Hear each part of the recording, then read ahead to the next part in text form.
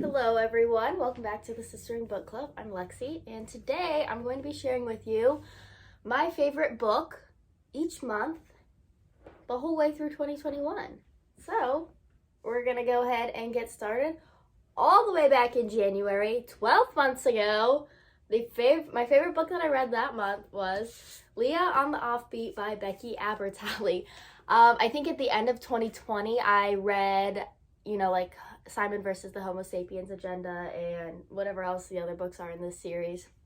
But I really enjoyed Leah's character, which I did not think. Like, I remember Kitty bought me this book and I was like, ooh, I don't want to read Leah's book because like in Simon versus the Homo sapiens agenda, I didn't think I liked Leah. But this gives you like a whole new outlook on her character, and I really, really enjoyed her character, and this was probably my favorite book that I read in that whole series. And of course, my favorite book that I read in January. For February, my favorite book I read that month was The Invisible Life of Addie LaRue by V.E. Schwab. I know back in 2020, 2021, a lot of people read this book. And I kind of feel like, looking back, I have mixed reviews about it. This is a very slow read, which I don't typically enjoy slow reads. However, the writing in this book is just like so beautiful. Like it's like cleansing to read. I don't know, it feels like you're reading poetry or something. But I'm sure a lot of people know what this book is about. Addie LaRue, basically immortal.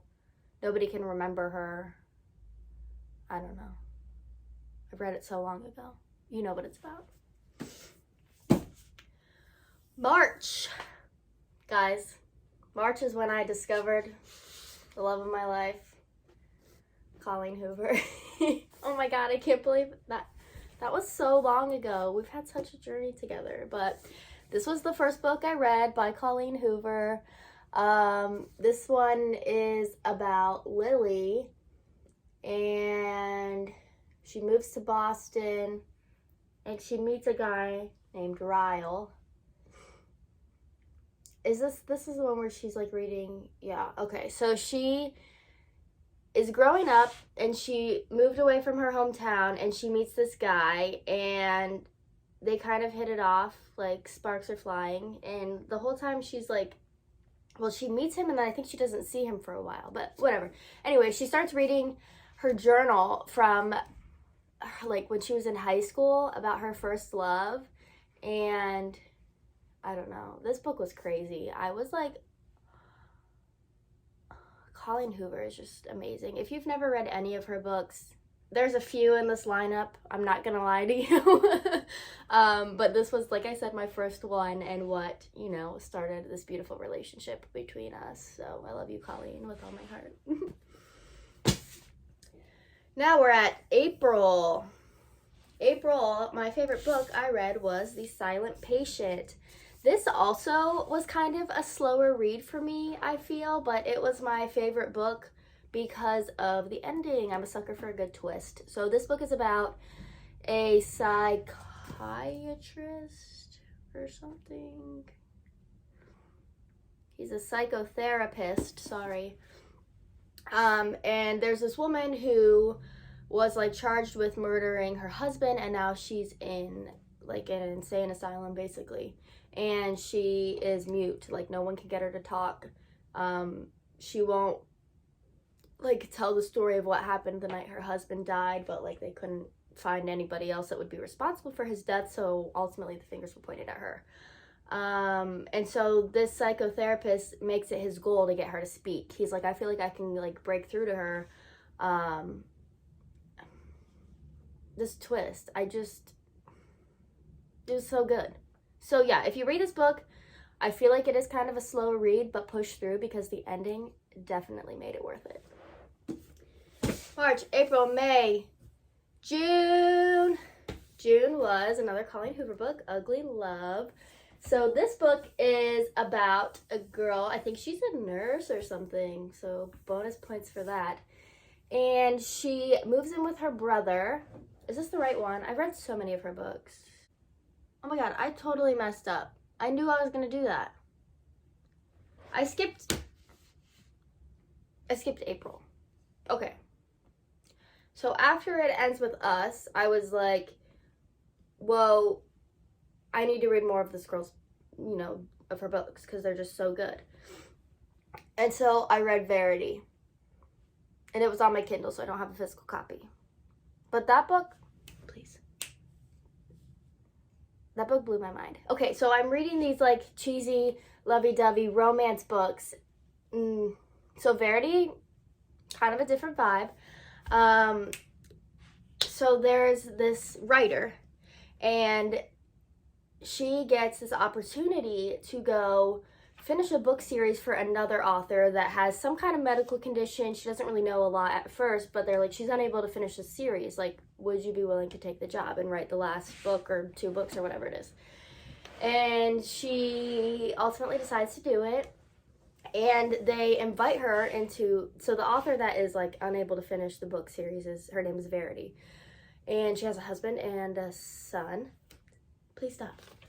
And they invite her to Verity's home where her husband and her son and Verity herself are still living. Verity is like a vegetable that like lives in a wheelchair or like in a hospital bed upstairs. She can't talk, she can't move, she can't like do anything on her own. She's basically just like, I think she was in a car accident or something, and she's a vegetable.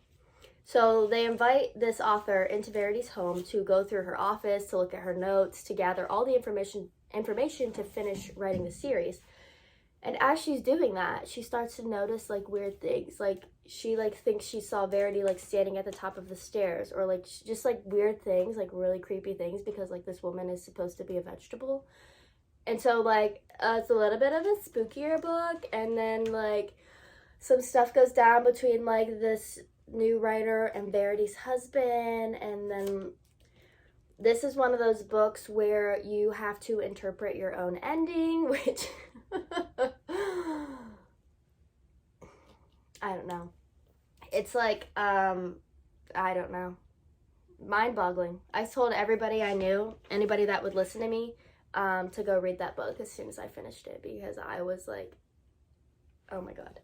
Okay, anyways, stop it. So, for July, book that I read was Confess. And this book is about a girl and why she goes somewhere. I can't remember a lot about this book, but I just remember that this guy has an art studio, and he has like an anonymous box where you can like write a confession, and you're like,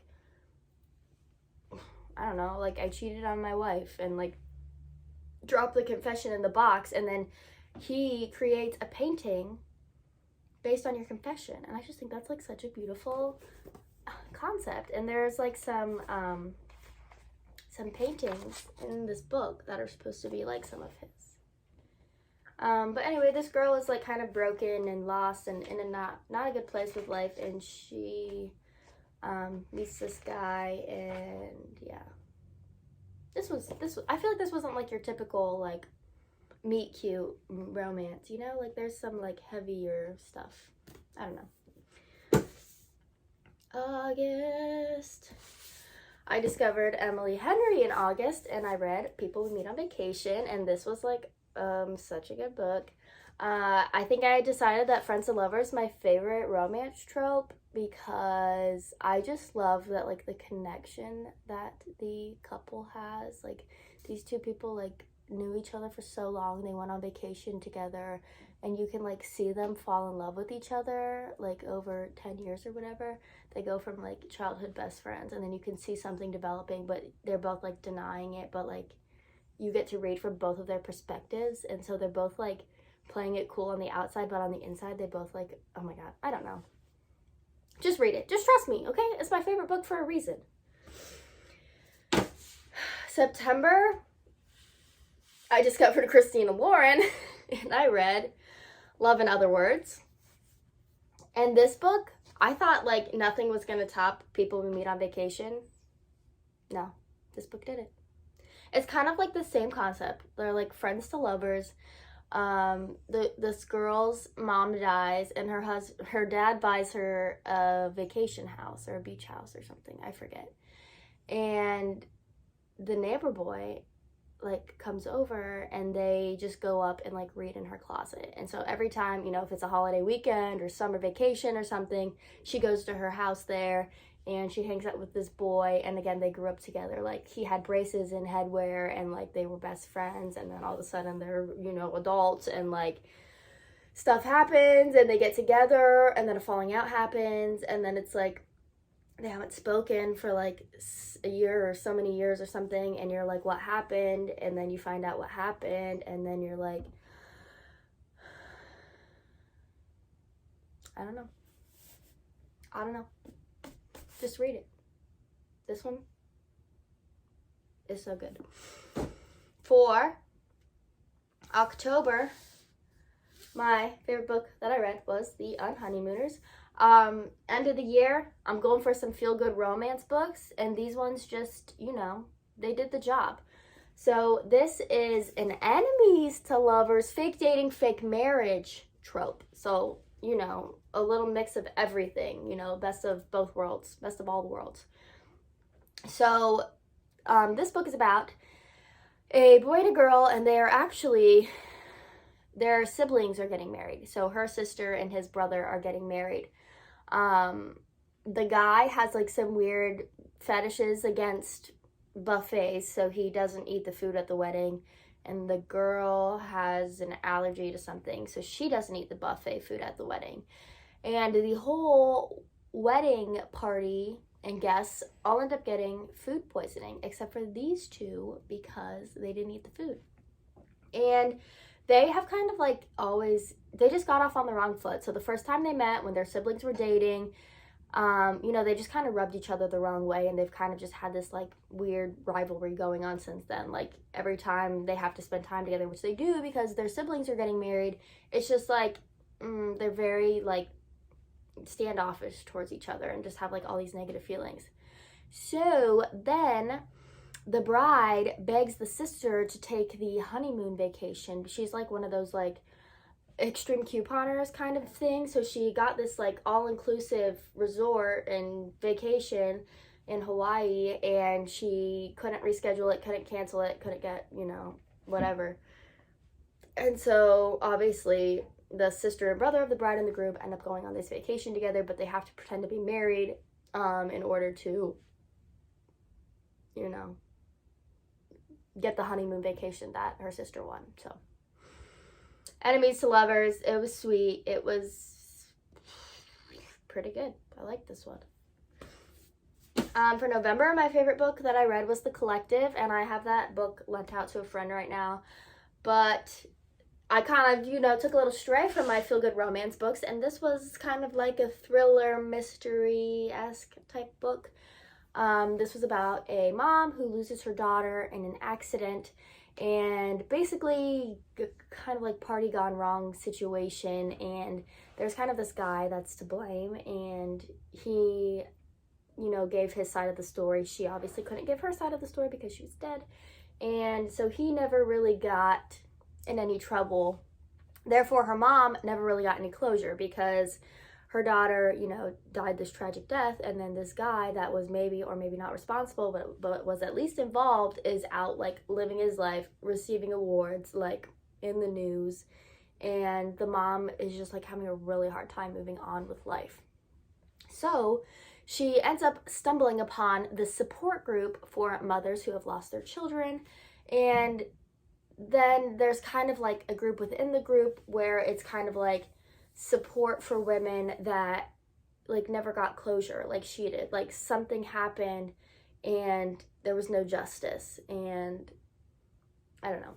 It turns into this group called The Collective, and she ends up joining this group, and they're basically like anonymous hit women, and you will like receive an assignment to go do something like crazy. She had to like drive like so many miles to this store, buy this specific hunting knife, and then drive so many miles to another place to mail it, and then like very specific thought out instructions.